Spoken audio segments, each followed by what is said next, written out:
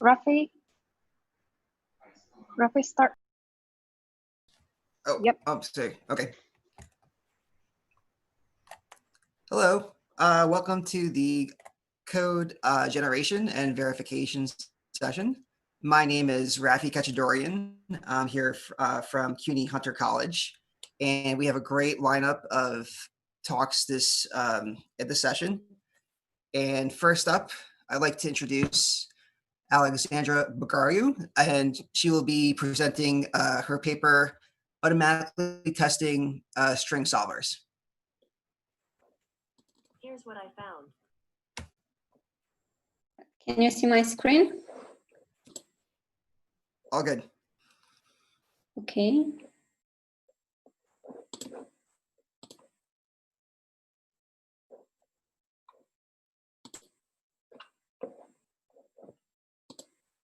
Okay, so hello everybody.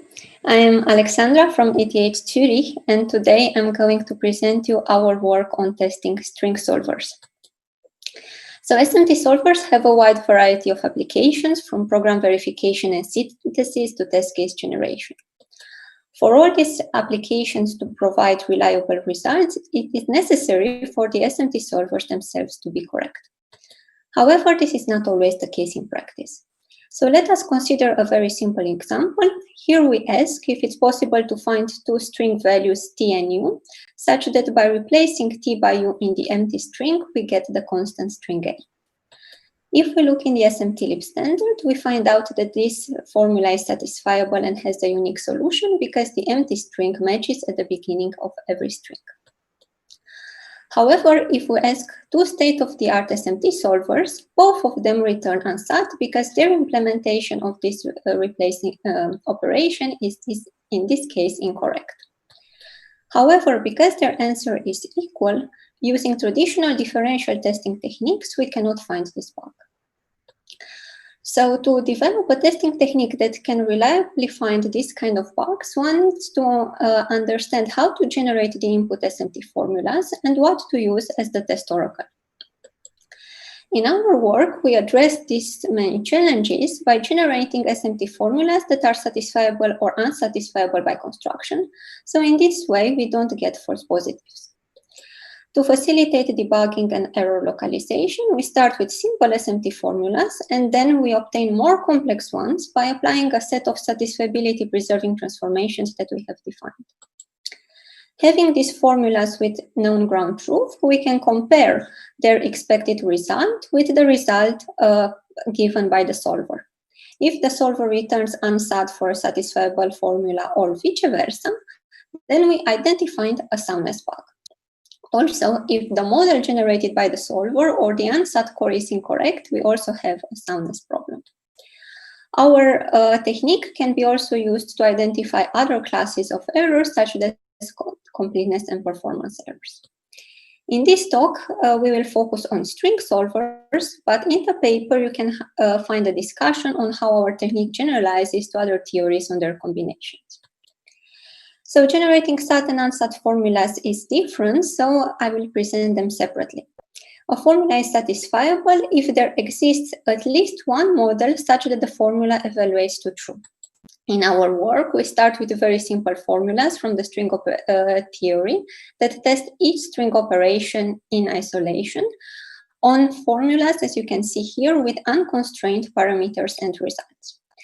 Now, to obtain more complex formulas, we implemented an executable semantics of the SMT standard, and we defined a set of constants. Having these constants and the executable semantics, we can actually execute the operations under test on the concrete inputs, and we can obtain their concrete values. So here we evaluated the replace operation on the input empty string and a. And then, having these concrete values, we can replace with the values from the model some of the unconstrained values that we had in the original formula. This results in the replace operation that you see here at the bottom of the slide. This replace operation finds the soundness bugs in the two Z3 solvers. And we can also use the concrete execution to obtain a possible model of this formula. One can imagine a more complex transformation where we replace an unconstrained variable or result with another term from the string theory that has the same concrete result. So in this case, we also evaluated a concat operation using our concrete execution, the executable semantics. It gave us the same result, so we replace here res by concat. This is the term synthesis transformation that we defined. Now, as you can see, this idea of using concrete execution doesn't work for unsatisfiable formulas, because the formula is unsat if it evaluates to false for all the possible models. Whereas if we use concrete execution, we cannot evaluate something on all the possible combinations of inputs. So in our work, we start from the following idea. If two formulas A and B are equivalent, then the formula non-A and B is unsat by construction. And also, if we know that both A and B are sat, then the unsat core is also known by construction, because both A and B are necessary to prove unsat. In our work, we use instead of A and B operations from the string theory, and we know that they are equivalent because we derived a set of equivalencies from the literature. Now, to obtain more complex formulas from the initial formulas, we can replace the variables or the constants from the original formula with other terms that equal that respective variable or constant. So in this particular case, we are describing the constant replacement transformation, where we are replacing the constant one by the operation string to int of the constant one. So as you see here, the formula was extended with this additional equality. So in this particular case, this became harder for the solver to find an answer, because now it has to reason about these three formulas, not just about two, and the unsat core was increased by construction with this new equality. We evaluated our technique on three SMT solvers, Z3SIG, Z3STR3, and CVC4, the release versions for 7.1 and 1.6. And our technique found soundness bugs in two of them. These soundness bugs include incorrect answer by the solver, as well as incorrect models and incorrect unsat cores. We also find various completeness, performance, and performance issues, as well as various crashes. We also evaluated our technique on automata-based solvers, where we found various soundness, precision, and crashes in the MT-ABC. This is a state-of-the-art model counting constraint solver for string and integer constraints. We compared our work with stringfuzz, which is a fuzzer for generating string formulas, and we found out that our technique outperforms stringfuzz, which can only find performance errors. Our tool, as well as all the benchmarks that we have generated, are publicly available on GitHub. So to conclude, in this talk, we have presented a technique for testing SMT solvers by using formulas that are satisfiable or unsatisfiable by construction. We start with simple formulas, and then we apply a set of satisfiability preserving transformations that we have defined. And our experimental results show that our technique was effective in finding soundness bugs, as well as other classes of bugs in SMT solvers, as well as in automata-based solvers. That's all from my side. Thank you very much for listening. Yeah, thank you, Alexandra. Great talk. All right, I'm going to check Clouder. Yes. See if we have any questions. I'll wait a few. We have a couple of minutes left. So just to see if we get any questions here. In the meantime, do you have any future work planned for your approach? Or are there any other domains where you can apply this approach other than SMT solvers, for example? This particular idea of having formulas with known ground truth, I believe one can apply also for not necessarily formulas, but the idea of having the known ground truth, one could apply it, for example, for testing verifiers. In this case, the input is not a formula, but it's a program, let's say that it's correct by construction, that fulfills its specifications, and then we can find various kinds of problems in verifiers. So that could be one of the future works we could try to apply. Great, thank you. What we thought about is to try to extend this to also max SMT solvers to see if the same technique can apply. Great, thanks.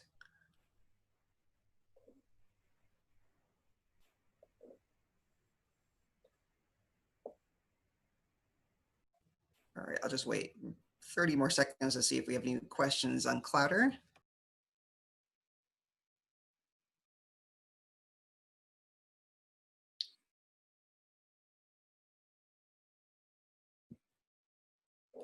Okay, so yep, thank you, Alexandra. And now we'll go to our next talk, which will be given by Kumar Madhukar. And the paper is entitled Using Hypersafety Verification for Proving Correctness of Programming Assignments.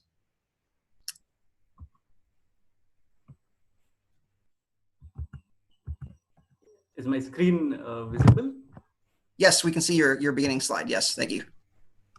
Okay, nice. So shall I begin? Yes, please. Yeah. Hi, everyone.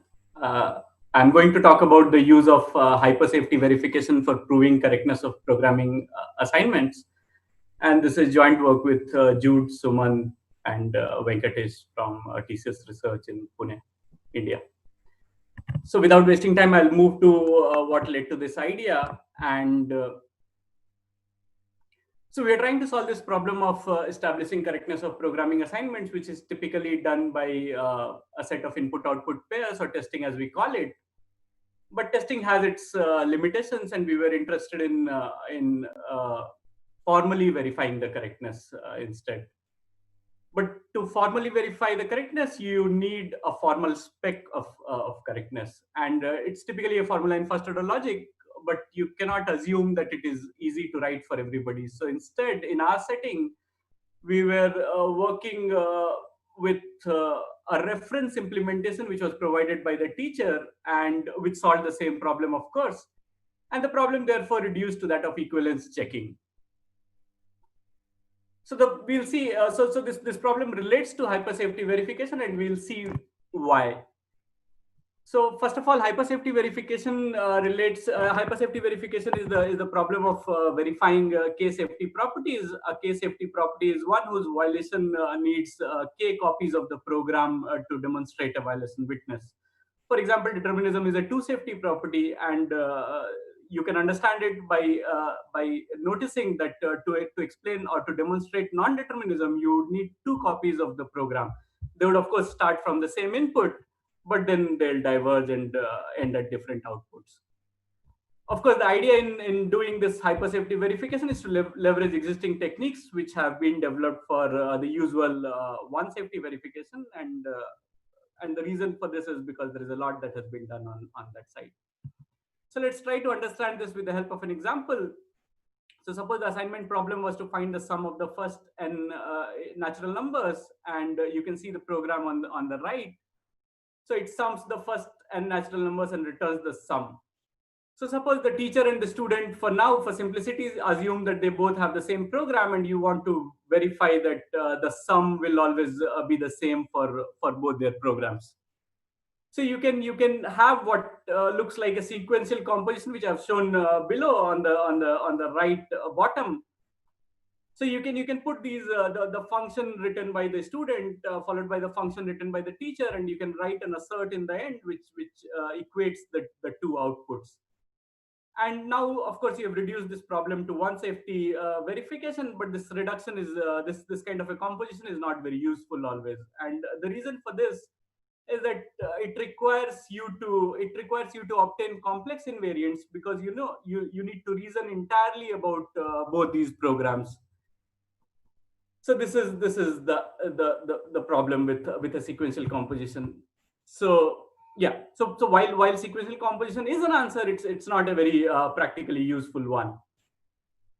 So the point is that hypersafety verification addresses this problem already. So they are also looking at this problem, and they have come up with techniques. In particular, they try to not look at a sequential composition merely, but they try to experiment with deeper compositions that may make it easier to argue. I'll get back to the example and make it clearer.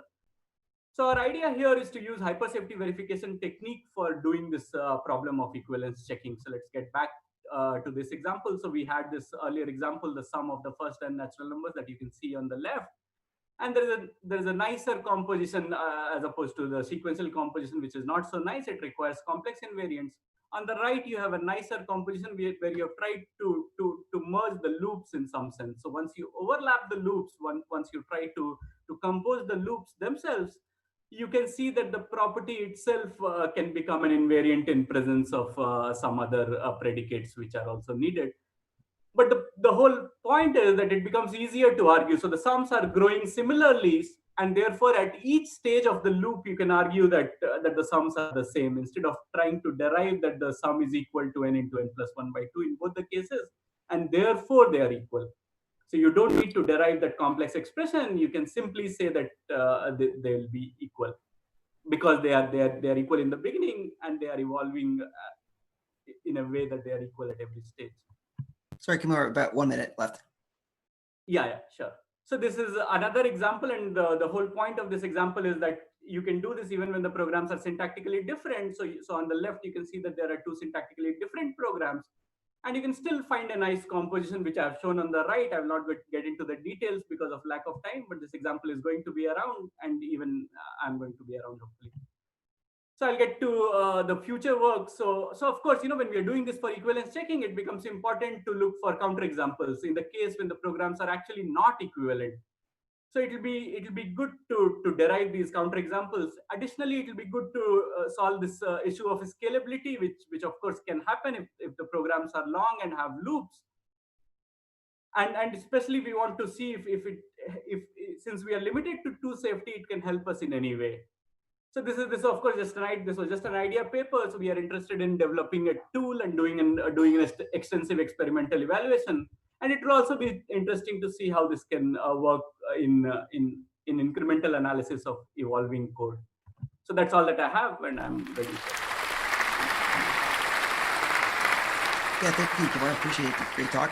I don't see any questions on clutter at the moment, and unfortunately, because of time, I think we do need to move on to the next paper. But I do encourage any discussion in clutter or Slack after the talk. Certainly, I'll be around. Great. Thank you so much. Yeah, thank you. All right, great. Next up, do we have? And I apologize if I mispronounce the name. Jamel. We have 2 talks from Jamel. Yes, I'm here. Can you hear me? Great. Yep, I will thank just you very much. Yes, I will share the slides. So first up, we have on the power of abstraction. Okay, wait. Yes, exactly. Yeah. Yep. Can I share now? Good. Great. So, boom. Now you should be able to see my slides. Can you see them? Yes. Great. Okay, so so I will just start right away. Yes, thank you, please. everyone. Okay, yeah. Good morning, everyone. Hope you are all doing great and healthy. My name is Jamal Dinkeladi, and I'm CNS researcher in the diversity in ERISA in France. And today I'm going to present you briefly our near paper first on the power of abstraction, a model-driven co-evolution approach of software code. So first, just a bit of background. Our work fits or follow-ups on the model-driven engineering field, where the basic idea is instead of directly coding your software, it's advised to abstract and use abstracted artifacts and models, and the different viewpoints and the different concerns are separated in different artifacts. So the viewpoint of architecture, you have the architecture model, configuration, modeling, etc. And one of the scenarios, there are many scenarios, but one of the scenarios that remains fairly popular in MDE is to transformation and, for example, code generation from those abstract models to the code. And actually, this practice has even ended up in many practical projects. So you have the MF Eclipse, GHipster that allows you to generate modern web application, Angular schematics project, the Open API that allows you to do the same, low-code techniques, etc. So there are many techniques that use this in the background transformation from models to code. So let me go in details in 2 examples so you get a better feeling what I'm talking about. So for example, if I take the example of GHipster and MF Eclipse, at the starting point, what they allow you to do is to create a kind of abstract model. So for Eclipse platform, you have the meta models. If you're familiar, UML language has a meta model. And in GHipster, they allow you to create entity models. And both, you can basically create your concepts, your entities, their properties, how they are related with each other, etc. And starting from there, what they can do, they do first round of generation. For example, GHipster allows you to generate a modern web application with core backend and front end, etc. And in Eclipse, they allow you, or they generate for you a language with an API adapters and editor you can run and to use. But of course, this is only the basics, and you have to enrich it with the code that you want to put in your software. And in an ideal scenario, of course, you want to put effort, think really about how you are modeling both the entity model or the meta model, and then you build your software and you add the code. But in reality, you have to evolve your software either throughout the development or by releasing new releases, new versions. So eventually you will evolve your models or abstract models. And when that happens, ultimately, of course, you can regenerate part of the code, but it will break all the code that you have added. And therefore, in this layer paper, we call on a method to investigate, to leverage on the power of abstraction that give us from the models down to support co-evolution of this code. So the process could look like this: by leveraging on how the models is evolving, you can then run impact analysis to find how it impacts the code, and then support co-evolution for the code. So just to wrap up the presentation. So as I said, MD and kind of generative approaches are a reality that you find them, even though they are not marketed. So you find this idea behind many existing tools. As I said, GHipster, Eclipse MF, as I showed, Open API, low code techniques.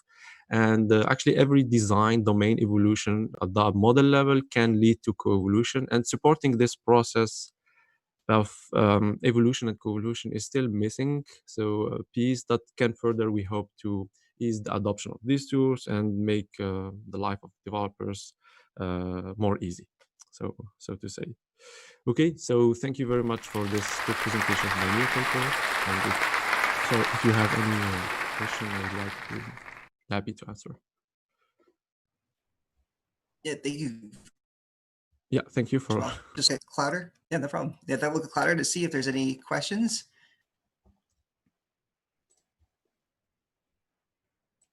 And briefly, in the meantime, do you think that this approach can increase the adoption of MDE in practically in the industry? Hopefully, yes, because so the idea is this problem of maintenance is, of course, first of all, it's a general problem. You find it almost in all software development artifacts, but also in MDE, there's this issue of maintenance that might hinder its use or its its adoption in industry. But of course, so actually there are, even though some companies, they don't, as I said, they don't market it by saying, okay, we use MDE techniques, but in the behind they use the same, those core concepts that have been thought by MDE since more than a decade now. They are still used, and we believe, actually, otherwise we wouldn't have this paper. By supporting and automating this co-evolution, we hope to make it easier and to help in better adopting MDE techniques. Yeah, great, thank you. Yeah, thank you for the question. Sure. And especially, so, I don't see any more. Yeah. Oh, yeah, can we start with the next talk? Just okay, for, yeah, sure. So I just merged, since I'm the next one, I merged. Yes. Both great. presentations. So next up, we have co-evolving code with evolving meta models, again by Jamal. Okay, so again, maybe just for those who just joined us, thank you for joining us. My name is Jamaldin Kaladi, and today I'm going to present you a paper co-evolving code with evolving meta models, which is one of the practical ideas that what I have presented in my previous talk for the near paper.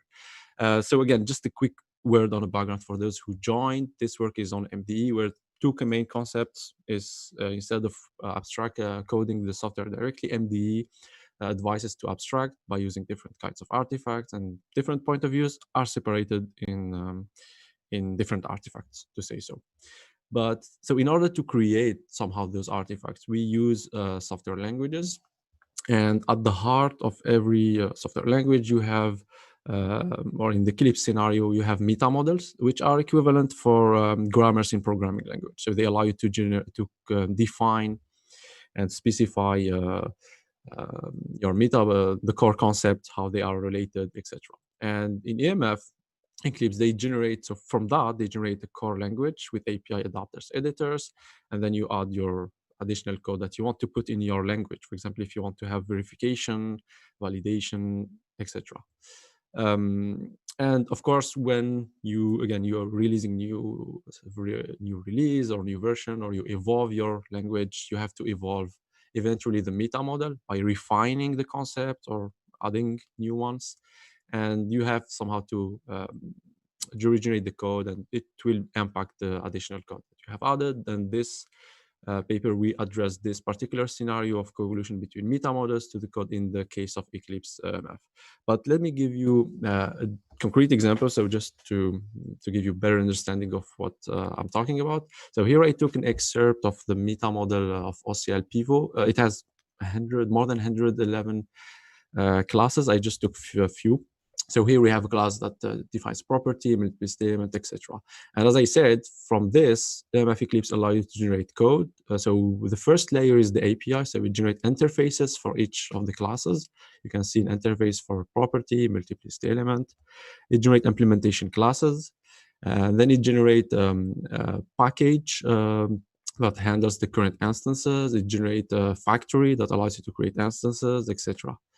And on top of that, of course, developers has to add additional code. So here I took an excerpt of two classes that have been added on top of this meta model. So here we have a Pivot validator. It applies validation technique. And another class applies a conversion. Since it's OCL Pivot, it has to apply to play the role of a pivot, so it converts to another format. And here we can already see that the concepts that are in the meta model, we find them in the code. We find this operation, the class classifier type is used, the other class multiplicity element, even the properties are used across the code. References on the rule is used as well. And you already see what I'm going to is when now we start to evolve this meta model, all this code will be impacted. So here I took just an example from how it actually evolved from 3.2 to 3.4. So basically what evolved, these two classes were deleted, model and multiplicity element, operation validate was renamed, classifier type was renamed to meta class, on rule was pushed to a subclass namespace from named element. And of course, these had impact on the code that I'm highlighting here and how it evolved manually. So when I look in the 3.4, this is how actually it evolved. So you can see that the developer propagated, so it removed the unnecessary code due to delete of meta model concepts, applied renames, etc. And it's the same case for the other one. So we see that the unnecessary properties that were deleted are also not present anymore in the code. The push property on the rule that was pushed down was replaced by on invariant, which was the same property at the same class with the same type. So this is interesting to see. So yeah, the point was there is this co-evolution of code after meta model evolution. So we proposed an approach that leverage on how a meta model evolves, so what changes there, and then we run impact analysis 1 to n. I will go back to this point, and then we compute repairs for each impact that we detect. So why 1 to n impact analysis? So as I said, a concept in the meta model level, you can see that it has an interface, a class implementation. I can call the method in factory in the package. And therefore, I can, as a user, so if I add my code, I can use the interface, I can use the class implementation, the constructor, the method in the factory, the method in the package to get the current instance. And this is the same for the properties. So from one concept, you have n different variants. So if you evolve it, you have to handle those, which is different because then coevolution of meta model and model where you have one-to-one impact analysis to do. Okay, so we propose the catalog of resolutions. Basically, as I said, we want to propagate, to apply coevolution-based, propagation-based coevolution. So we propagate impacting changes by a set of resolution. And we evaluated our work on a set of a catalog of case studies that basically we took from the Eclipse platform.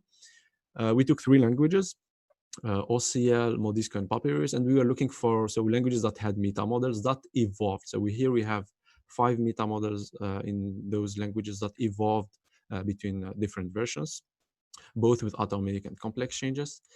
And then we looked for projects that were dependent on those meta models, that they were using them to study how they co-evolved and whether we can support this coevolution.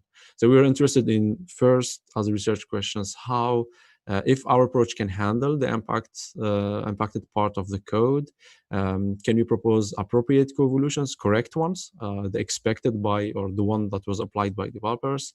And then if we cannot, the third research question is, can we still, is still our resolution appropriate?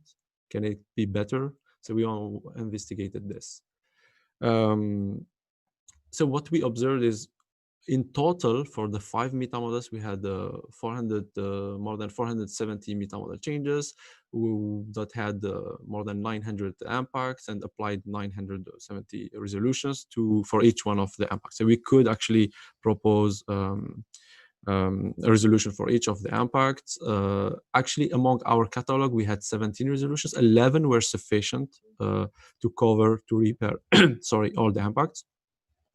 We did a weighted average of precision and recall because some projects were small with few impacts, so to average everything. And we found 87, 89 precision and recall. And we had actually 9% of the cases where we could not propose the expected resolution, but still our resolution was kind of, we say, better. For example, here I give a small example quickly before to conclude. A property was specification changed the type and on the rule that was pushed. In the code, it was both were deleted, where actually we could have still co-evolved them easily by changing the type and adding a type checking and the type conversion. Okay, so just to conclude this presentation, we proposed an approach to explore coevolution, to propagate meta model changes to code coevolution. And of course, there's a lot of next steps because this is just early work. As we compute only repairs per impact, we want to go further and generate coevolution paths, so to explore the whole space. As I said in my previous presentation, to extend this work on GHipster, which is a very interesting case where you have the same evolution of model and coevolution of code, and explore quantitative or qualitative criteria for coevolution. That would be also something that we want to look at. Okay, thank you very much for listening, and yeah, you answer a question regarding this. So. Yeah, thank you, Joel. Great talk. Yeah, thank you very much. Thank you for. So I don't see any questions on Clutter at the moment. I'll give it a few minutes here. Yeah. So maybe, yeah, if you have questions, let's go, or go ahead, or I can maybe precise something, or yeah. Yeah, well, I can wait for some questions here on Clatter, but in the meantime, I did have one question about the 9% that you mentioned it was better. Yes.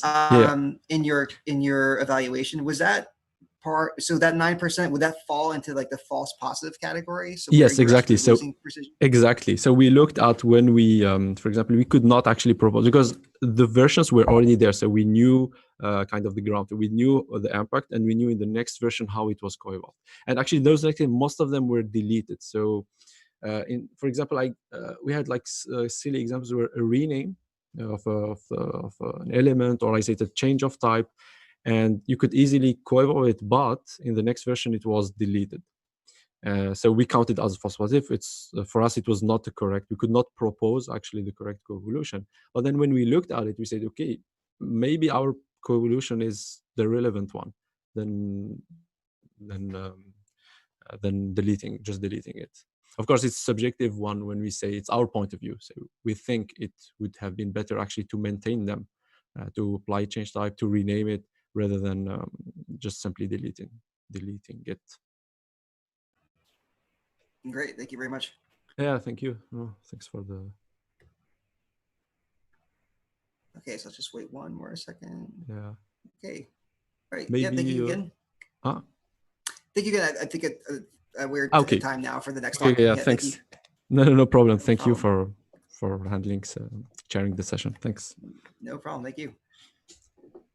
Okay, so next up, yeah, please mute your microphone. And next up, we have Heiko Kozelek, and he'll be presenting a paper. Oops, just lost my window there. Entitled Rule-Based Code Generation in Industrial Automation, 4 large-scale case studies applying the Cayenne method.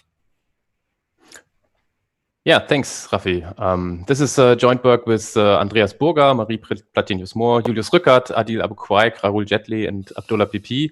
And we are all from ABB Corporate Research. And at our work, we deal a lot with automation projects. You see here a photo of a chemical plant, but we also look at oil rigs, for example, steel mills, pulp and paper mills, and they carry a lot of automation equipment. So they have a lot of sensors inside, a lot of actuators inside, for example, pumps and valves and so on. And they need a lot of control logic. And this control logic is today mainly programmed by hand. And we're trying to work on an approach that does code generation.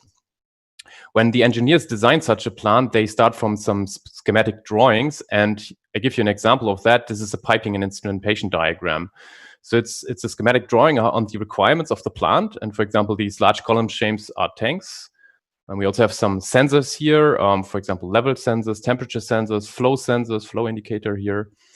And then we also have the actuators. For example, this circular shape here is a pump, and these butterfly shapes, they are valves.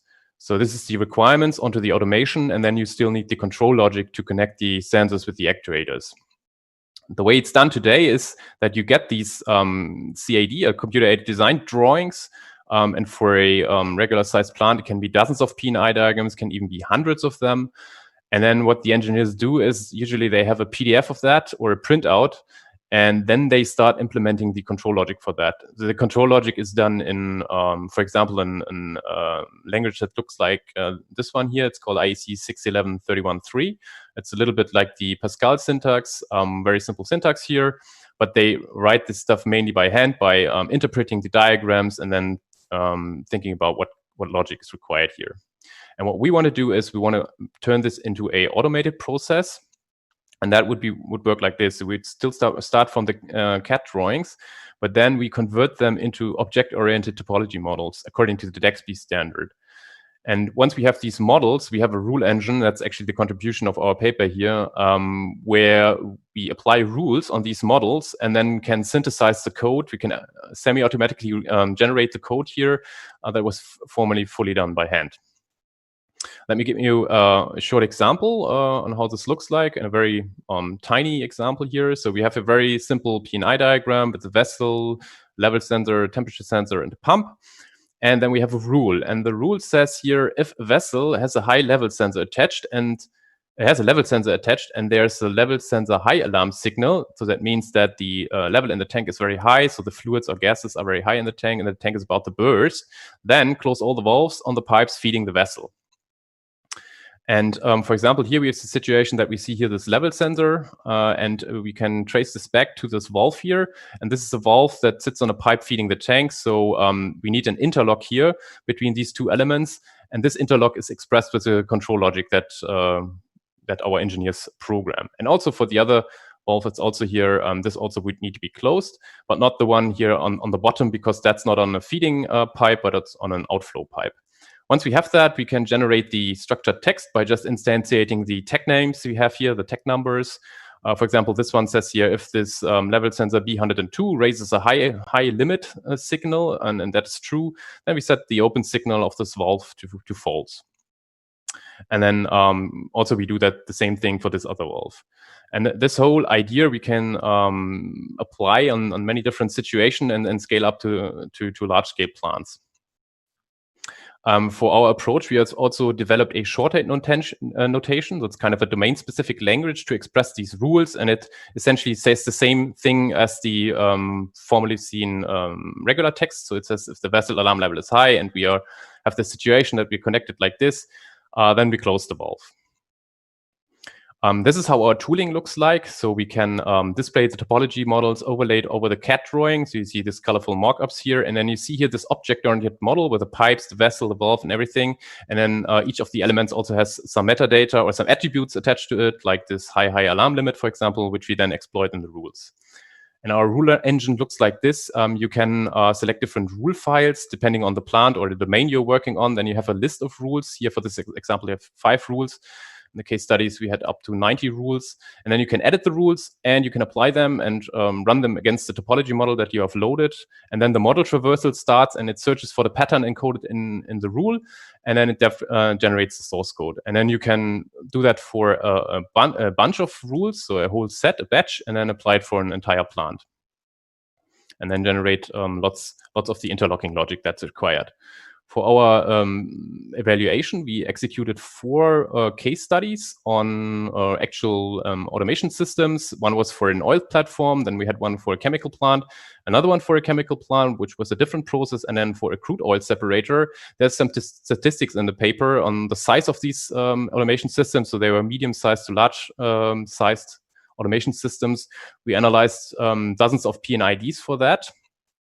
And then we generated a number of interlocks for that. Here's here a photo of the PNIDs that we used. So these were based on paper printouts still. Here's one PNID here. And you see here the photo of a whole set of PNIDs. So it gives you a sense of the complexity of these specifications that we received from the engineers. Then I'm coming to the results of our approach. One goal we wanted to check what is the fraction of interlocks that we can generate here. And we set a target of like 80%. And in the case studies that we did, it worked fairly well. So we achieved more than 90% of the interlocks we could generate with this rule-based approach. Some interlocks are very specific for a situation, and our rule language was not expressive enough to produce them. But I think this was a quite good result. This means just for the task of interlock specification, there's a cost-saving potential of up to 90%. And we also classified the rules into generic and specific. And generic means they could be applied on other plants as well. And I think we reached also a quite high number of, we said like more than 70% of the rules on average from these 4 cases could be applied on other plants. Most of the rules also generated multiple interlocks, because then the effort for specifying the rules instead of directly encoding the interlock really pays off. However, in the 4 cases that we analyzed, we only had a very low number of actual rule reuse among the cases. That was only 7%. But we attribute that to the heterogeneity of the cases. So we had very different processes. So an oil platform is quite different from a chemical plant. So that's why some of the rules did not match. But if we had a set of very similar plants, I think this number would be much higher, also indicated by this metric here. Good. To summarize everything, I present you rule-based code generation in industrial automation. So a very specific automation application domain where we have these structured inputs, these very formalized requirements documents, so to say. We utilize object-oriented topology models to make the CAD drawing subject to algorithmic processing. We were able to generate more than 60% of the interlocks in 4 case studies. We mined more than 90 reusable control logic generation rules here in these 4 case studies. And we estimated in the paper that this could lead to an overall cost savings for an automation project of up to 20%. And that could be in the range of several $100,000. In the future, we want to utilize those models also for plant simulation and for the generation of process graphics for plant operators. Thank you very much for the attention. Yeah, thank you, Hugo, for a great talk. So now I'll go over to Clouder to see if we have any questions. Yes, I think we do have a question here. So this is from Shivali Agarwal. Is there any natural language processing involved in converting verbose notations of rules to the Cayenne notation? Not for the rules, actually. So we designed this domain-specific language so that the engineers can express their rules in a very streamlined notation. And I think it just captures the information that is needed for that use case, but we don't go to natural language processing. Natural language processing would be interesting for the P&I diagrams because sometimes the engineers use manual annotations on that. And we have also looked into that, but have not really fleshed that out. But that's a future research topic. Great, thank you. And thank you for the question, Shivali. So I'll wait for a minute here for another question. Okay, so we have one from Valentin Mays. Was there still a human intervention needed? If so, by how much do you estimate the human effort was reduced? So for the automatically generated interlocks, the 70%, there is not much human interaction needed. A review is advised. I mean, we are dealing here with safety critical systems, so you should be sure that there's no systematic error in the code generation. So I would assume that the engineers review the generated code. And then the remaining 30%, of course, they have to be done still manually because these might be very specific situations that are very hard to encode in these rules. Great, thank you. So we have a couple more minutes still. Any more questions? One more minute.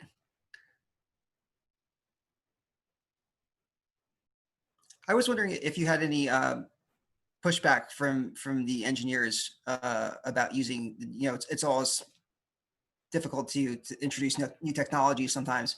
So I was wondering if you had like any adoption kind of issues or kind of, you foresee any adoption issues in the future. Yeah, I mean, in very safety critical systems, people might be still concerned.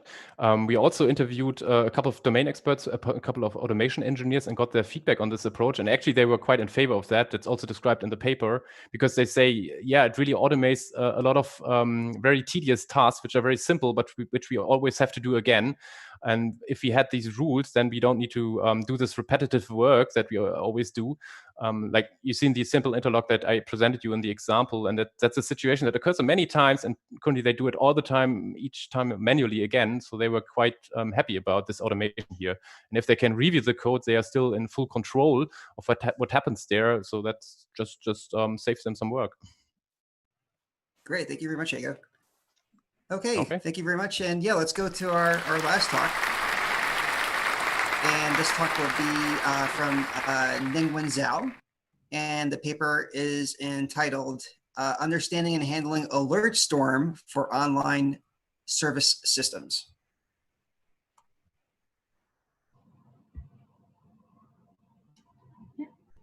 Okay, can you see my slides? Yes. Okay, thank you. Hello, everyone. It's a pleasure to be here and an honor to present my work. I'm Ningwen from Tsinghua University. I'm going to talk about understanding and handling alert storm for online service systems.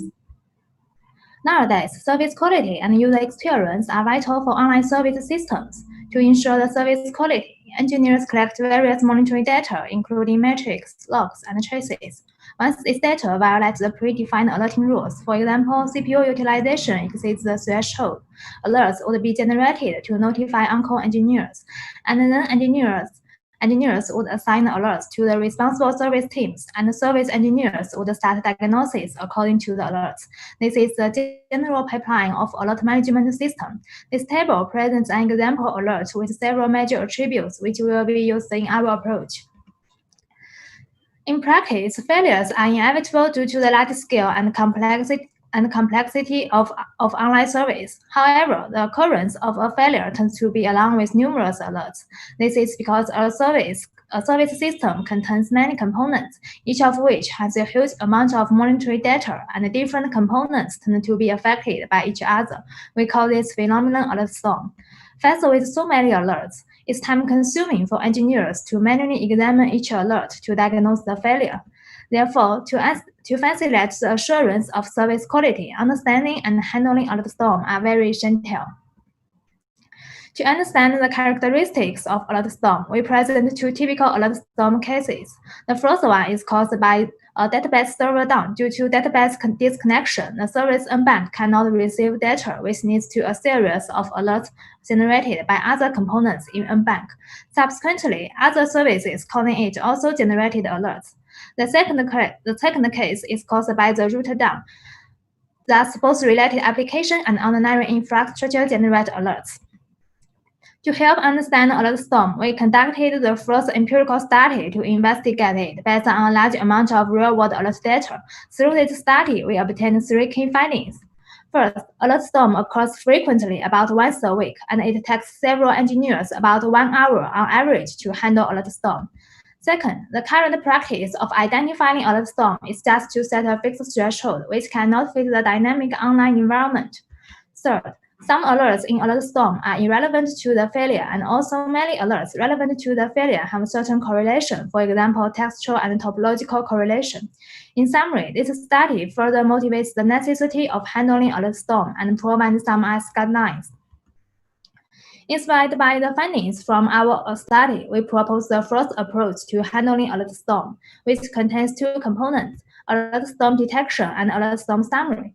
Specifically, for online alert data, we formulate the alert storm detection problem as online changing point detection and adopt extremely value theory to detect alert storm adaptively and accurately.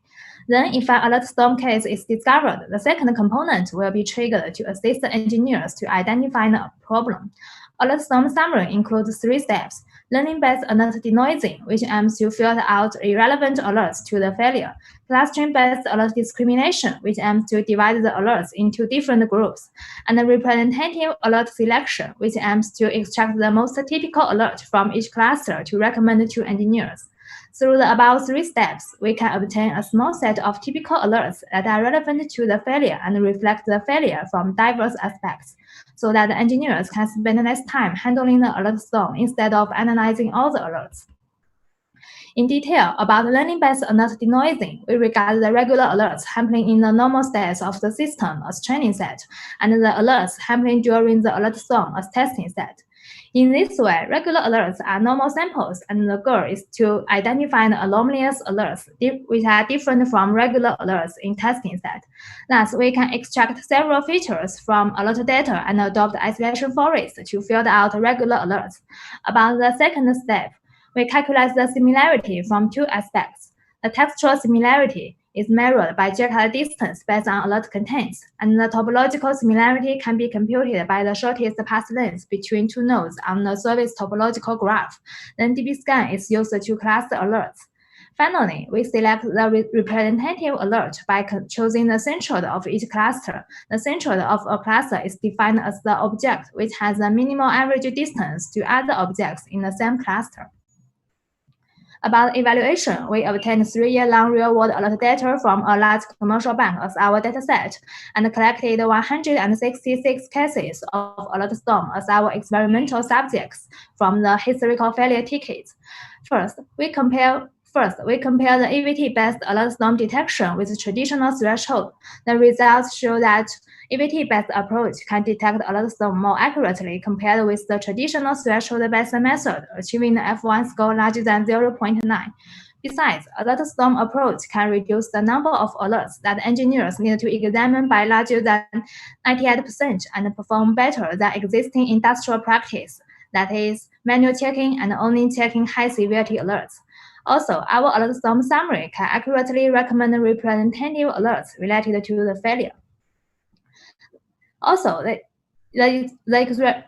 experiments also show that the 2 major components, learning-based alert denoising and clustering-based alert discrimination, are effective and outperform other baseline methods. Furthermore, considering our alert storm summary approach is used to handle online alert storm and assist troubleshooting in practice, short response time is desired. Otherwise, service quality and user experience will be destroyed if engineers wait for a long time to get the summary results. We found that when the number of alerts in storm is not very large, for example, less than 1,000, the response time of alert storm summary is very short. As the number of alerts increases, the response time also increases, but still in an acceptable range. Finally, let me conclude my presentation. First, to better understand the alert storm, we conduct the first empirical study to investigate alert storm based on the large-scale real-world alert data. Second, we propose a novel approach to handling alert storm, which can detect the alert storm accurately and recommend a small set of typical alerts to engineers from the numerous alerts. Finally, the experimental results show that our approach is indeed effective in both alert storm detection and alert storm summary. Okay, that's all. Thank you for your attention. Yeah, thank you for the great talk, Evelyn. Thank you. So do we have any questions? Okay, we have one. Ooh, we have a few questions here. Okay, so the first one is from Shivali again. How do you detect an alert storm in real time? Is your technique proactive or works once the storm has passed? Do you mean how we detect the alert storm real time? Yeah. Yeah, so is it a post-mortem approach, or is it as the alert storm is happening, does your approach pick it up? Usually, alert storm is defined as there are numerous alerts happening in a very short time. We count the number of alerts, for example, every minute. You can so that the number of alerts can be regarded as a time series data. If the time series, if there is a, for example, a spike on the time series, there is an alert storm.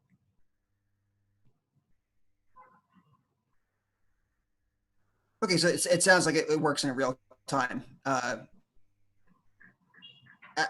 the alert storm is happening, correct? Sorry?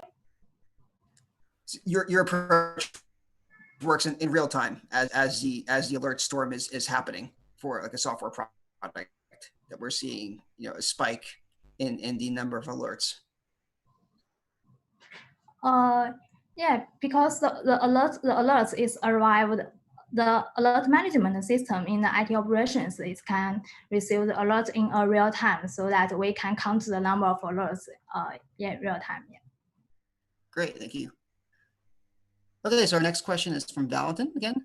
So what was the feedback to your findings from the commercial bank as part of your evaluation? Yeah, we have applied the alert summary approach to a large commercial bank in China, and we also share some successful studies in our paper. And here the evaluation and the ground truth level is confirmed by the experienced engineers in the bank. So they were happy with your results? Yeah. Great. Okay, any more questions? Yeah, I thought this was a very interesting work. Most of the, logging and alert kind of work I've seen in the past has dealt with sort of individual alerts. So I think this is an important concept where you have many, logging entries coming in at the same time. So, in fact, there's actually a question here from Janderson Barros Candido. What is the typical size of an alert storm? Typical size of what? The alert, a typical alert storm. Like how many alerts would you say would be like the average size? The number of alerts in the storm is from about several thousands to about different about range from several thousands of to tens thousands of. Yeah. Great, thank you. So I think that's all the time we have for this session. So I'd like to thank all of the speakers of the great papers that we've heard, and also for the great questions from the audience. So at this time, I think we'll turn it over to the student volunteers and get ready for the next session. Thank you very much for joining us. Have a great rest of the conference.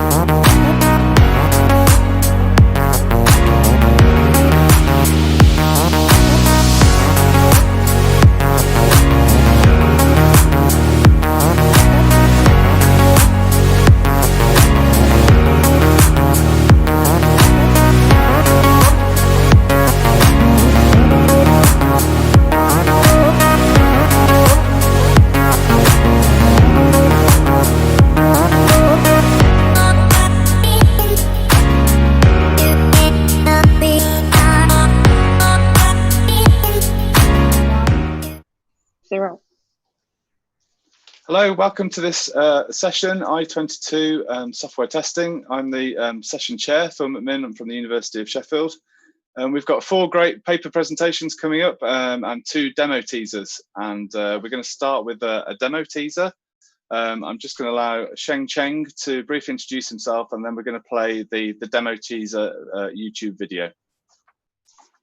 So over to you, Sheng Cheng, just to briefly say a few words.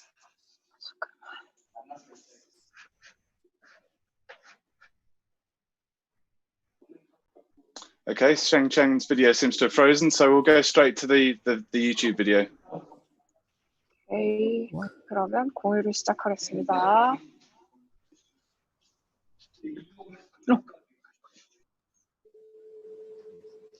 Dear professors, I'm going to introduce Furon to you, another tool which can assemble bug reports of automated Android testing on multi-devices. The first problem is that the results of multi-device testing are hard to merge and lead to a waste of human resources to review all the results manually.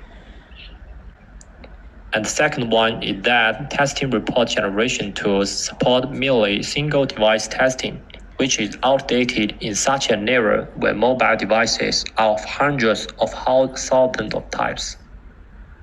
We have 3 noteworthy contributions. The first one is classifier construction. Furon's built-in classifier can identify 18 categories of bugs, and all custom classifiers that implement the abstract classifier interface are acceptable. The second one is report assembly. We assemble reports from multi-device testing results. And the third one is report presentation. We present reports in an intuitive graphic form. Users only need to upload the APK files, and the automated testing platform will automatically execute the testing tasks and generate heterogeneous testing logs. Furon builds bug models containing logs, then classify such bug models and do the deduplication work. Finally, easy-to-understand reports will be generated and presented to users. The first part is uploading the testing task. Users need to upload APK file, choose testing devices, and fill in some necessary information. Here shows automated testing process on multiple devices. When all devices finish the automated testing, Furon will automatically assemble bug reports. The bug reports contain rich information, such as bug distribution, problem device clustering, bug list with details, and possible causes and fix suggestions.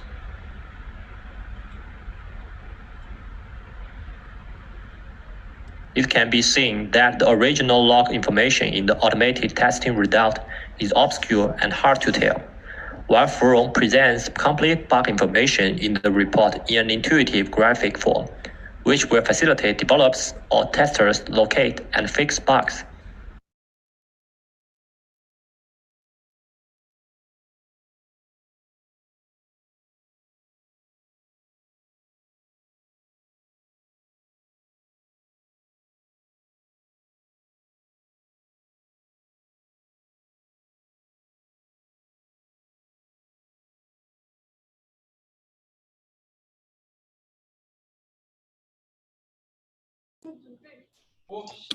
So, okay, so we're going to move to the first presentation now, Memlock. The presenter is Chung Wen.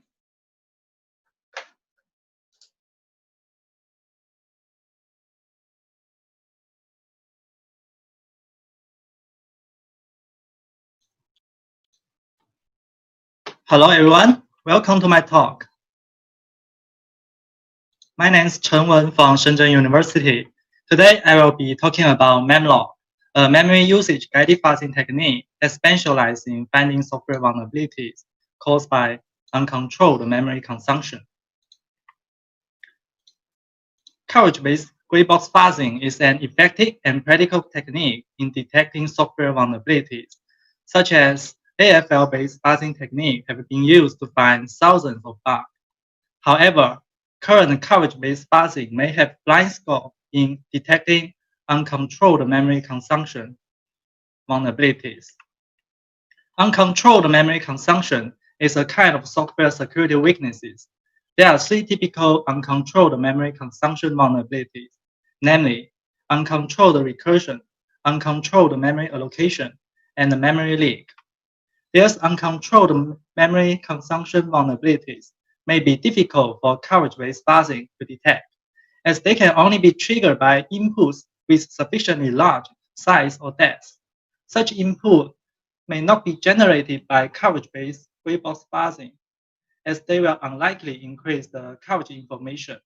I will use 2 real-world examples to illustrate why it may be difficult for existing coverage-based parsing to detect their vulnerability. The first example is found by our memlog.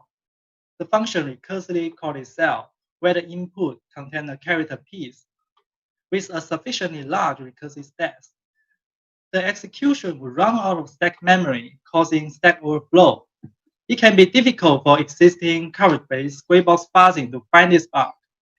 Take AFL as an example. It does not differentiate the change when the recursive stack is greater than a certain value. On the table, we can see that AFL simply discards input with a large recursive stack and only maintains input with a small recursive stack, making it difficult to find the input that causes the stack overflow. Another real-world example demonstrates an uncontrolled memory allocation problem. A len is extracted from the user input at line 11, and this value is used as the allocation size at line 4. Note that if the allocation size is large enough, the program will fail to allocate the memory, leading to a crash or running out of memory. Let's assume AFL already has an input with a small allocation size.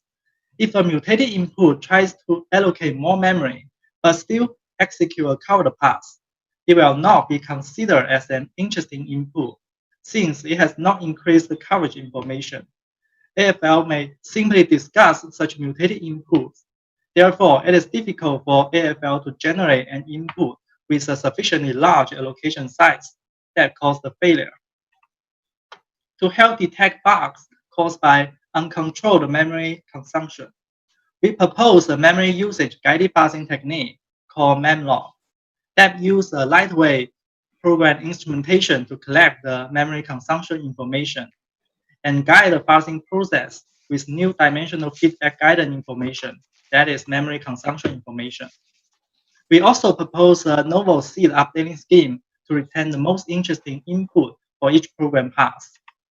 Let us take a quick look at the workflow of memlog, which contains 2 main components, static analysis and a parsing loop. The static analysis decides how to instrument the program and helps collect the coverage information and memory consumption information. Memlog instruments the target program based on the static analysis on control flow graph, call graph, and the memory usage operation to obtain the coverage information and memory consumption information. After any instrumentation, memlog runs the program with generated inputs, collects their memory consumption information, and adds interesting input into a C pool through a C updater. Specifically, the parsing process is guided by 2-dimensional information, coverage and memory consumption. The coverage information can guide the exploration over different program paths, and the memory consumption information is to guide the search of those program paths that consume more memory. To offer efficient support for retaining the most interesting input for each program path, memlog updates the CQ in 2 cases. If the test input results in new coverage, it will be entered to the CQ as a new node. It is the same as other coverage-based parsers. The difference is that if the test input does not result in new coverage, but it leads to more memory consumption than the corresponding node in the CQ, then this node will be replaced with the input that leads to more memory consumption. Okay, let's go back to our motivating example. For the uncontrolled recursion example, once the newly generated test case triggers a large value of recursive stacks, memlog will update the C pool by replacing the old C with a new test case that consumes more stack memory. Finally, memlog successfully generates an input that will produce a sufficiently large number of keys to run out the stack memory. For the uncontrolled memory allocation example, once the newly generated test case triggers a large value of the allocation size, memlog will update the C pool. Finally, memlog successfully generates an input that will produce a sufficiently large allocation size to crash the program. We have built memlog on top of AFL and have conducted some experiments against a number of state-of-the-art buzzers. We first evaluate the number of unit crashes found by different buzzers. From the table, we can see that memlog totally discovered 2009 unit crashes about uncontrolled memory consumption, representing an improvement between 40.5% and 98% when compared to other baseline buzzers. Here we show the growth trends of unit crashes found by each buzzer in 4 applications. We can see memlog has a steady and a strong growth trends. We also compare the capability of memlog to find real-world vulnerability against other baseline buzzers. Here is the first half of the table, and here is the second half. We can see that in most cases, memlog spend less time in discovering the vulnerabilities than other baseline buzzers. Memlog tends to find memory leak with a large amount of memory leakage. That is because memlog generates input that lead to more memory consumption. When memory leak happens, such input will often cause more memory leakage. With memlog, we have discovered many security critical vulnerabilities and have been assigned 15 CVEs. At least 12 of them have been fixed, so we are confident that memlog is viable in practice. In summary, it can be challenging for coverage-based buzzer to detect vulnerability caused by uncontrolled memory consumption. We fill this gap by proposing memlog, a memory usage guided buzzing technique that specializes in finding software vulnerability caused by uncontrolled memory consumption. If you want to get more detail, please check our paper and also our artifact. Okay, thank you for your attention. Okay, thank you very much, Chengwen, for your presentation. We don't seem to have any questions in the Slido yet. So just one from me. So I'm a researcher in search-based testing, and in search-based testing, there is guidance to specific branches and paths that are not yet covered. Is this something that you have considered integrating into your tool at all? Yeah. The main purpose of memlog is to find those inputs that may cause excessive memory consumption. So your guidance is when you discover a new path like this. Our work, we add another dimensional guided information in the buzzing, that is memory consumption. We use both the coverage information and memory consumption information to guide the buzzing. Yeah, so but your approach as with a lot of fuzzing approaches relies on you kind of finding new paths almost at random. There's no explicit search guidance to paths. Is that correct? So I was just wondering if you'd ever considered taking like a search-based testing type approach to see that you've not executed certain paths and then guiding your fuzzer towards those unexecuted paths. I'm not sure I understand the question, but memlog guide each program path to consume more memory.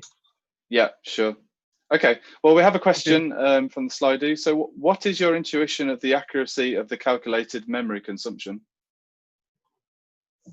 We perform instrumentation to collect both stack memory and heap memory. We instrument each function call and the function axis to collect the call stack size of stack memory. And we perform instrumentation to handle the memory allocation. So by the calculation, we can also handle the heap memory consumption. For the global memory consumption, we didn't consider the global memory consumption. Okay.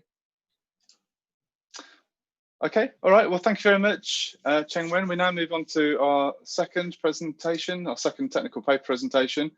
It's called Symbolic Verification of Message Passing Interface Programs. And our presenter is Zhengbang Chen.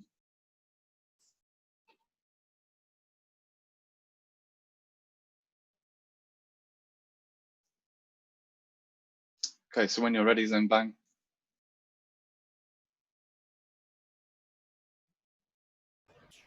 Hi, can I start? Can you hear me? Yes, we can hear you. Thank you. Yes, please go ahead. Okay, so hello everyone.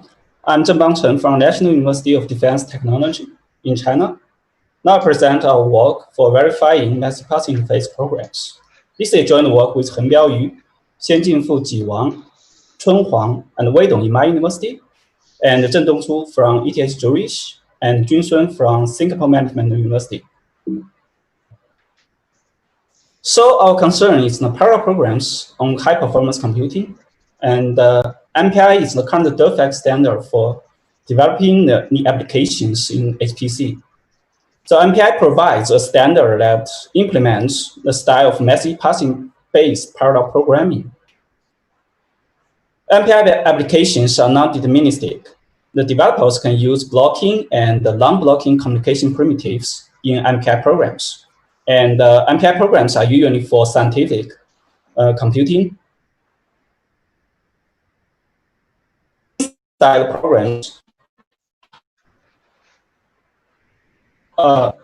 programs, data and control are intensive. It's well known that MPI programs are hard to develop and maintain. The verification of MPI programs is pretty challenging. So on the one side, the non-determinism challenges the verification problem. Both the inputs and the schedules of the MPI program may cause non-determinism. For example, for this program, when the input X of the process 1 is equal to A, and the wildcard receives the message from P2. Actually, the wildcard receive can receive the message from P0. But when it receives the message from P2, the deadlock happens. Because last receive cannot receive any message from P2, so the P1 cannot terminate. To detect this deadlock, the verification should cover both input and schedule. There are some existing approaches for MPI static verification, and the existing approaches either do not support input-related verification or fail to support the verification of non-blocking MPI programs. Our approach, called MPISV, is an automatic verification tool and covers the program input and supports the verification of non-blocking MPI programs. Another challenge is the explosion of the program state space. The explosion is caused by parallel executions, non-deterministic communications, and the branch statements in the program. Because of this, the exponential increasing of program passes is more serious for MPI programs. To handle the first challenge, we use symbolic execution for input coverage, which is pretty natural. To cover the different schedules, we use a blocking-driven style for getting the matchings of wildcard communications. The basic idea is to postpone the matchings as later as possible and record the communications between processes first until all the processes are blocked. Then we do the real matchings and unblocking the process. In this way, we try to get all the matchings of wildcard receive operations. Besides, during calculating the message matchings, we preserve the happens before requirements in MPI standard. The second challenge is inherited from symbolic execution, but the problem is more severe for MPI programs. To handle the second challenge, we leverage the idea of partial order reduction to avoid full interleavings between different processes. Besides, we use a model checking-based boosting mechanism to improve the efficiency further. So this is the basic framework of MPISV. The inputs are an MPI program, the number of processes, and a verification property, such as level of freedom. Now we support the verification property in linear temporal logic. Then we use a blocking-driven symbolic execution for analyzing the MPI program in the input number of processes. When exploring the passes of the program, if there's a violation of the property along the path, MPI-SV terminates and report the counterexample as a test case. Otherwise, when a path terminates normally, a model in CSP will be generated. This model encodes the equivalent passes of the current path. All the passes in the model have the same path condition, but have different matchings of wildcard operations. Then we feed the model and the property into a CSP model checker to verify whether the path model satisfies the property. Because our CSP modeling is sound and complete, if the model checker reports that a violation exists for the path model, MPI-SV finds a real violation and generates a counterexample. Otherwise, if the model checking reports that the path model satisfies some property, we can prune all the equivalent passes in symbolic execution to boost verification. More details of CSP modeling can be found in our paper. So, from the high-level view, MPI-SV combines symbolic execution and model checking in a synergy manner. Symbolic execution is used to automatically track the path models from MPI program. Then the models are verified by the model checker. The result of model checking can also be used to boost verification in both counterexample finding and path pruning. What's more important, in this way, model checking enhances the scope of verifiable properties. Pure symbolic execution can only verify reachability properties, but MPI-SV can verify the properties in linear temporal logic. We have implemented MPI-SV and carried out the experiments on real-world MPI programs. Here is the main result. MPI-SV is more effective and efficient than pure symbolic execution. For 111 verification tasks, MPI-SV can complete 100 tasks. Pure symbolic execution can only finish 61. For deadlock cases, MPI-SV achieves at least 5 times speed up. And for the low deadlock cases, MPI-SV achieves at least 19 times speed up. Here is the progress distribution of verification tasks. The x-axis is the verification time. The y-axis is the number of completed tasks. It indicates that MPI-SV can complete more tasks under the same time threshold, which also indicates the high efficiency of MPI-SV. Okay, let me conclude. We present a symbolic verification method for MPI programs. The basic idea is to combine symbolic execution and model checking in a synergy manner. MPI-SV supports the verification of long-blocking MPI programs, and the evaluation indicates MPI-SV is very promising. So our tool is free and open source. Please visit this website for more information. Thank you for your attention. This ends my talk. Thank you, Zhenbang. That was a great talk. Thank you very much. We don't have any questions just yet, so wait for some to come in. We have a couple of minutes. It's just one for me then. Can you just say a bit about the future work you have planned, your future plans for this line of research? Yeah, absolutely. I think basically we have provided a framework for verifying the MPI programs by combining symbolic execution and model checking. We absolutely can do some further work based on this framework. For example, we can detect some specific bugs for MPI programs. And for example, the synchronization errors. And on the other hand, we can also do some work, for example, automatic performance improvement for MPI programs based on our framework. I think Our framework provides a general framework for analyzing MPI programs. Okay, great. Thank you very much. Okay, so we still don't have any questions, but thanks very much for your talk. I'm sure if there are any more questions in the room that we'll get those to you. So thank you this morning for that talk. We'll now move on to our next presenter. Okay, thank you. Okay, thank you very much. So I'd like to introduce Sungjung Hung to you. Yes. So they're going to present their paper, Saver, Scalable, Precise, and Safe Memory Error Repair. Okay, over to you. Okay, can I start? Yes, please go ahead. Okay. Okay, hello everyone. I'm Sungjun Hong from Korea University. Thank you for coming to my talk. This is joint work with Junhee Lee, Jungsu Lee, and Hak Jo. This talk is about an automatic repair of memory errors found by static analyzer. In this work, we combined our tool with face infer on industrial strength static analyzer. And we demonstrate that Saver was able to fix a large number of errors found by infer in C programs. Let me start with a motivating example to describe our core in more detail. This code snippet describes a simplified memory leak example from a program snort. At its root iteration, an object is allocated to pointer P, and it is appended to list ly through the function append data.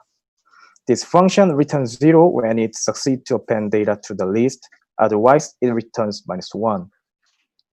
Here, a memory leak occurs when the function append data fails. Once it fails, the object loses its omni-reference P at the next iteration, as P refers to the new object.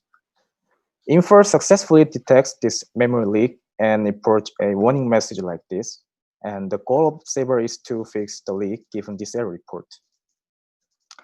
To fix this leak correctly, we must consider the both success and failure cases, though there is no leak in the success case. Otherwise, we may introduce a new bug.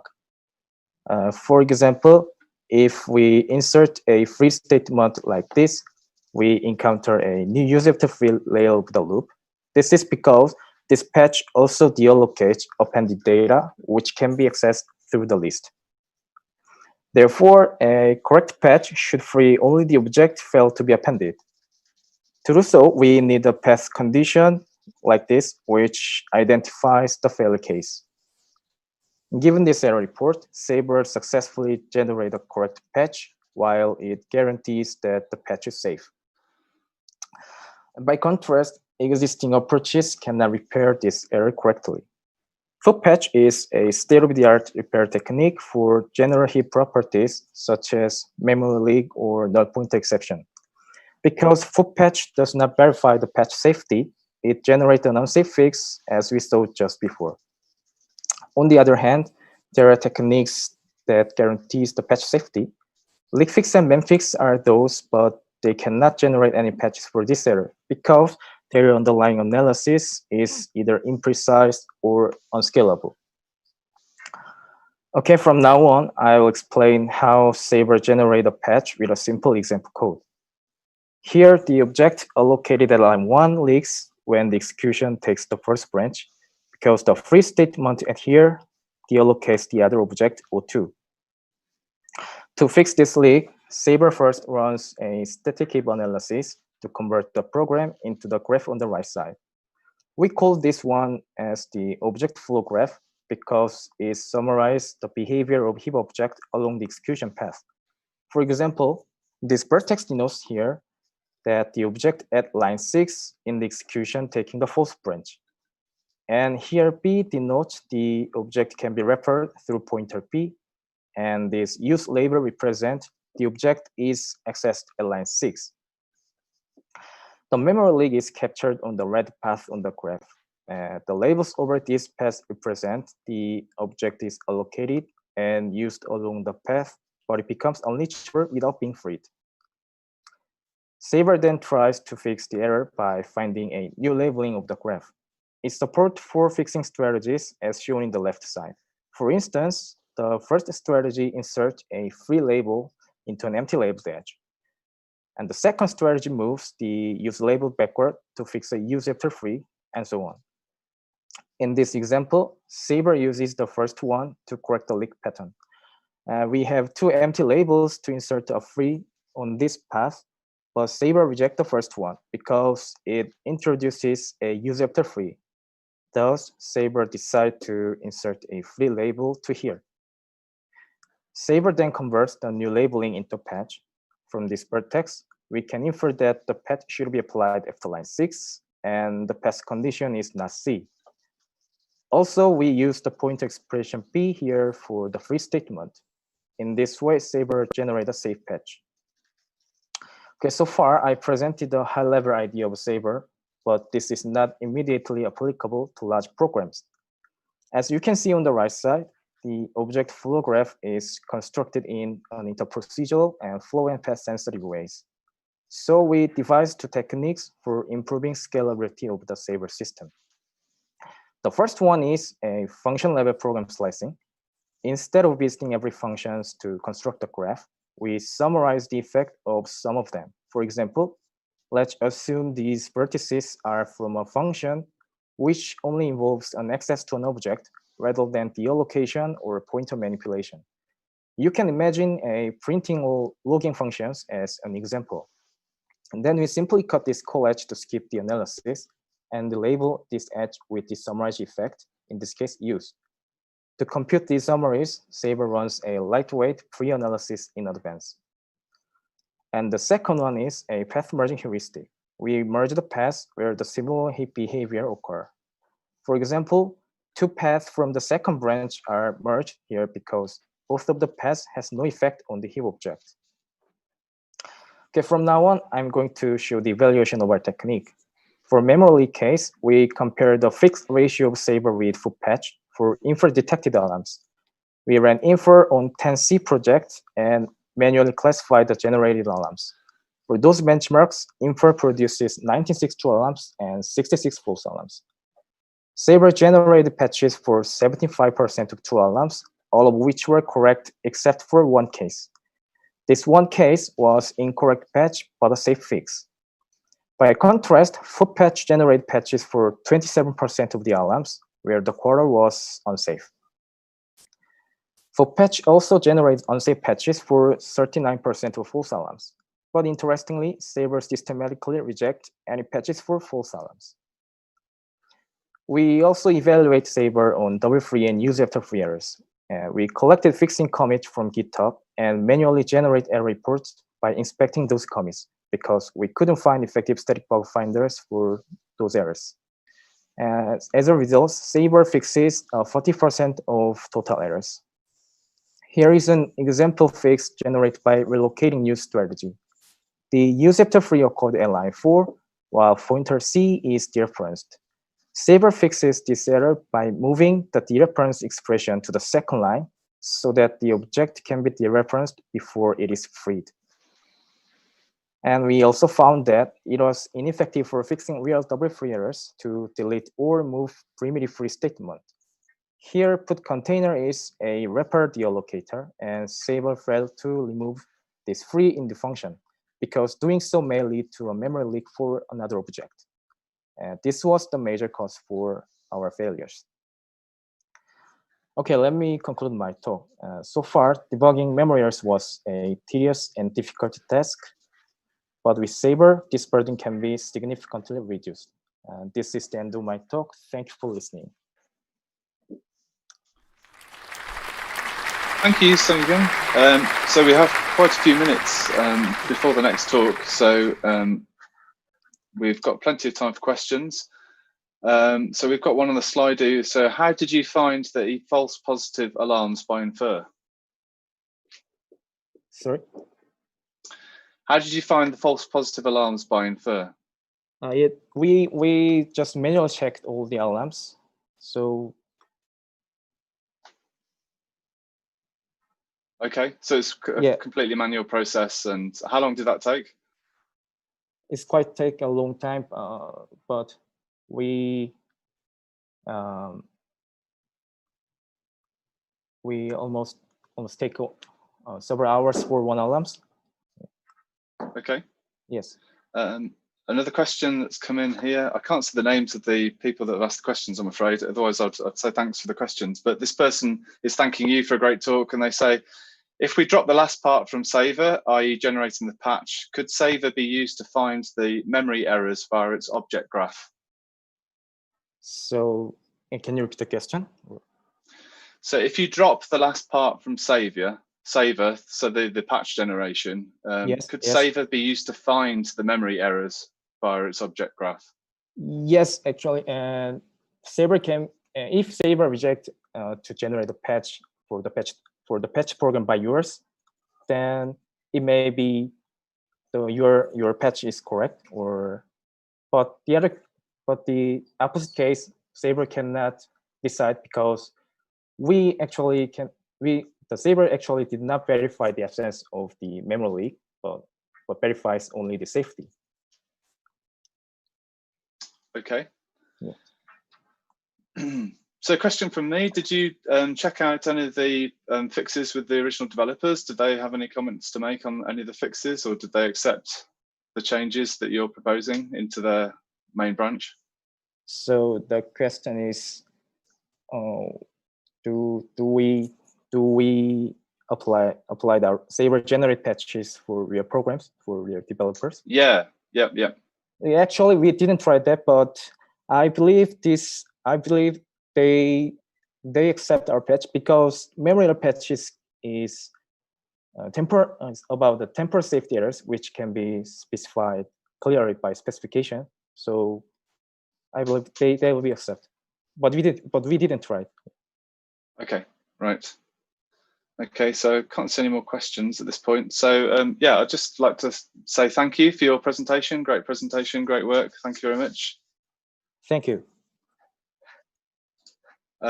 So we have a couple of minutes before the next talk is scheduled to start. So I'd just like to bring we had a question for Zheng Bang, if he's still around. Yes. So about your presentation on MPI. So a question came in just after we went to the next talk. So the question is, MPI is a very specific technology. Can the approach be applied to other communication mechanisms? Absolutely. I think the general idea of our work can be applied to other message passing programs. For example, Go programs and LM programs. And if the language supports message passing mechanisms, I believe that our idea can be applied to the programs in that language. Yeah. Okay, thank you. Okay, thank you. All right, thanks very much for answering that. Okay. Okay. So let's move on to our next presenter. Our next presenter is Guju Meng, and their talk is a large-scale empirical study on vulnerability distribution within projects and the lessons learned. So it's a technical presentation talk. Guju, are you ready to present?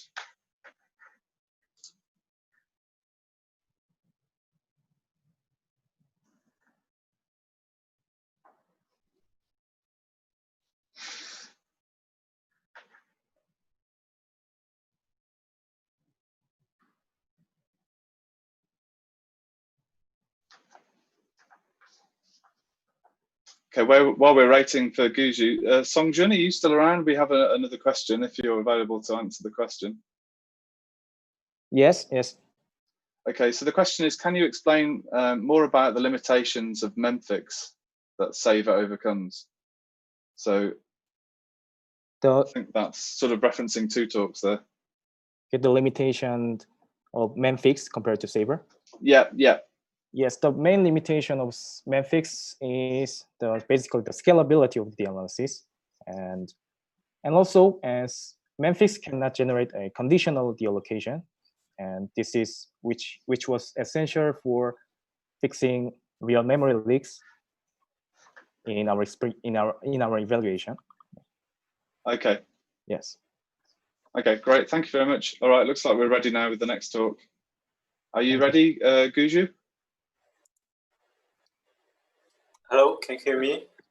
Yeah, we can hear you. Thank you very much. Okay, so here's Guju with his technical presentation. Thank you. Okay, thank you. Hello, everyone. This is Guju from Institute of Information Engineering, Chinese Academy of Sciences. So today I like to present our work, a large-scale empirical study on vulnerability distribution within projects and the lessons learned. Actually, this is a joint work with Institute of Information Engineering, University of Chinese Academy of Sciences, and Tsinghua University. Okay, first I will talk about our motivation. So this on the left graph is a core graph of Microsoft Windows journal. So my students were analyzing some previous vulnerabilities. They found some 5 new vulnerabilities in just nearby these vulnerabilities. So some of these vulnerability are actually very close to the previous vulnerability. So that's we call it spatial locality. And the other vulnerability may have shared the same or similar code pattern with previous vulnerabilities. So that's we call the pattern locality. So that's inspire us to wonder whether such locality is general in individual projects. So before the study, we proposed 3 research questions. So first one, we want to know how are the vulnerability distributed. So can we use the vulnerability distribution to hunt some new vulnerabilities? Secondly, we want to, because we found that vulnerability oftentimes are found within a very short code range. Is any dependency between the vulnerabilities? Last, we want to we found a very interesting phenomenon that vulnerability repeatedly occurred in the same function. So what are the reasons behind? This is an overview of our approach. So first, we need to prepare our data set from the GitHub project. From the GitHub, so we crawled all the code commits from 5 popular GitHub projects like FFmpeg, PGP, OpenSSL, Linux, and also from MDE CVE website, we crawled some description of all the vulnerabilities, including the type of vulnerability and the useful link of the vulnerability. So after we get all the data, we conduct an associated analysis to identify which commits contain vulnerabilities. So then we perform a vulnerability localization to localize to identify which file or which function contains vulnerabilities. So after this step, we can get a list of vulnerabilities as well as their properties, like the location of the vulnerability, the type of the vulnerabilities, and the date, and the responsible developers. So then we construct a VCG, it's called vulnerability core graph, to aggregate all the vulnerabilities. So then we conduct 3 analyses from according to our research questions here. Then we conclude a lot of interesting findings, and then we develop some proof of concept and find some new 0-day vulnerability.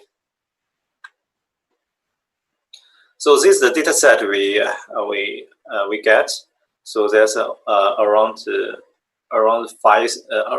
4,000 vulnerabilities in our data sets, and you can access the data set through the link at the bottom.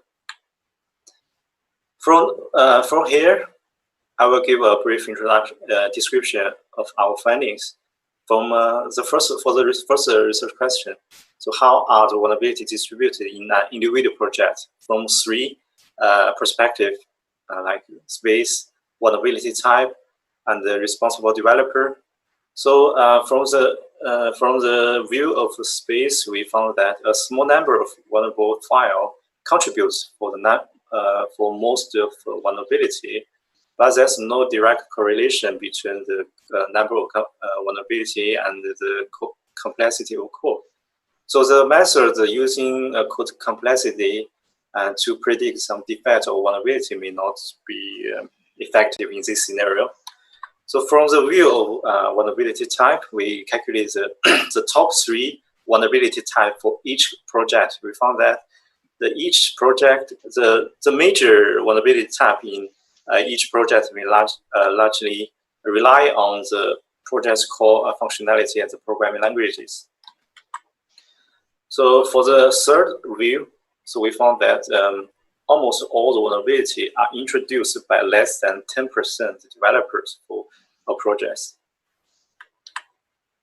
So to explore the dependency of the vulnerabilities, we first we do a clustering based on our vulnerability code graph. So we will, for example, we get 2 clusters. 2 clusters is a slice from the entire code graph there, where the vulnerability in this cluster, the distance between vulnerability in this cluster is less or equal to 2. So we found that the location where the vulnerability resides are very concentrated. Also, we want to unveil the semantic relations between vulnerabilities. So we identify 10 type of semantic relations between vulnerabilities from the code graph. And this table lists all the semantic relations and the currency in the projects. So you can refer to our paper for the details of the semantic relations. For example, the second relation contributes the most of the relations. So it is vulnerable code in 2 functions executes similar or same operations. And we found that vulnerability also, the recurrence phenomenon occur in a considerable number of functions with 3 times on average. That means that in a function, the developer may fix the vulnerability for several times. Also, we found 5 main reasons for this recurrence phenomenon. And we call this problem the RAPO problem. RAPO means report 1 and patch 1 vulnerability. So in this in the current vulnerability patching practice, so that's implies that the developer may patch 1 code point exposed by the reported POC, but not check if other similar code snippets have the same vulnerabilities. Also, developer may patch the vulnerability exposed by the reported POC, but not check if the same related code has other related vulnerabilities. So based on the findings, we have developed a proof of concept, and it helps us to review our code, the code, and guide the fuzzing. And based on our POC, we found 10 new 0-day vulnerabilities, and with 9 of them are assigned with SVG numbers. To conclude our study, so we built a large-scale vulnerability data set and published it for facilitating the future research. I think this is where research may greatly benefit from the data set. They can do a lot of work, like to analyze how to patch how to automatic program patching, and to more efficient vulnerability hunting. Yeah. Also, secondly, we unveil the characteristic of vulnerability distribution over several dimensions and investigate the correlation of vulnerabilities. So last one is on the conclusion insight. We propose a solution and to find a new 10 new 0-day vulnerabilities. Okay, this is all. Thank you all for your attention. I'd like to take some questions. Okay, this link you can visit us on the data set. It's open. Thank you. Thank you very much, Guju. So just wait some questions. We've got a couple of minutes. Are you already working on integrating your results into some tools for finding these vulnerabilities and guiding fuzzers already? Are you already working on that? Yes, actually, in this paper, we just write a prototype, and I thought it's so efficient to help us to find some new vulnerabilities. So later we will move forward to do some study the patch, the automatic software patching, and yes, to artificially find some new vulnerabilities. This ongoing work we have already started now. Mm-hmm. And the new vulnerabilities that you did find, have you reported those? Have they been confirmed by the developers? Sorry? Then the new vulnerabilities that you found, have you reported those and have they been confirmed? Yeah. We have already 9 of them are assigned with a CVE identifier. Yeah. Mm-hmm. It's a number now. Okay. Mm-hmm. Great. Okay, I can't see any questions, but if any appear later, then yes, we'll be in touch with those, and you can answer them for the people that are on Slack, etc. Okay, thank you for your talk. Thank you very much, Guju. Okay, thank you for your hosting.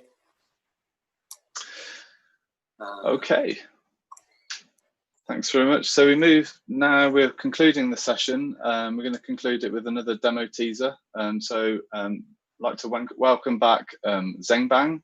Yeah. I don't know if you want to say just a few words about your demo teaser just before we play it. Yeah. This demo is a demo paper of of the regular paper I just introduced. So if you have any questions, please join a live demo room after this session. And the live demo room is let me see. The live demo room is ID 6. So please join the room if you have any questions, if you want to see the live demo. Okay, thank you. Okay, great. Thank you for your intro. Okay, we're going to play that demo teaser then now.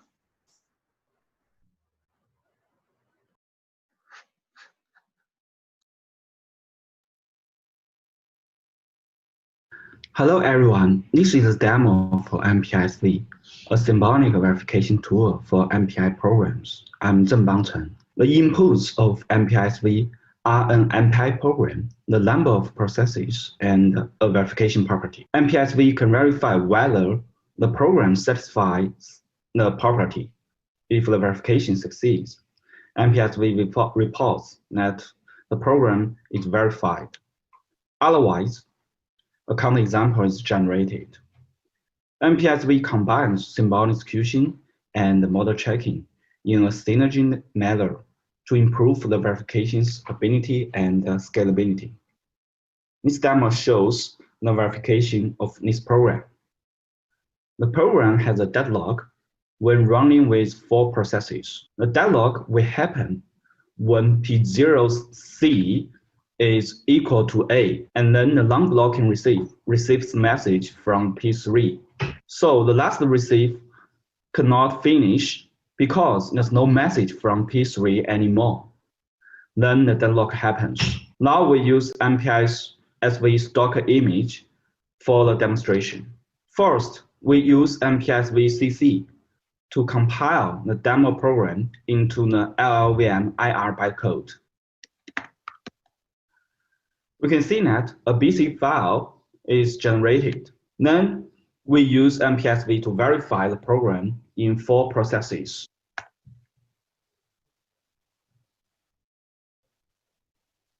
We first use the mode without model checking based boosting. We can see that MPISV detects the deadlock in the 4th pass.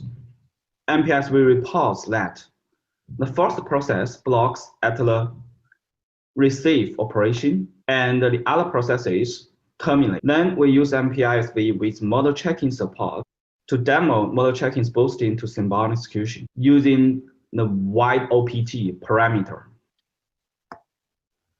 Then MPISV can find the deadlock at the 2nd pass, which indicates that the model checking can boost the symbolic execution and finds the deadlock at the 2nd pass. This is the result of model checking, which indicates that a deadlock can happen. Thank you for your attention. MPISV is free and open source. More details of MPISV are available at this website. You are very welcome to have a visit.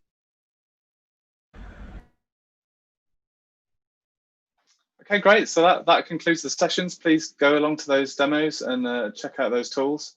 But that concludes this testing session. Thanks to all the presenters. Thanks for the great talks. And bye for now.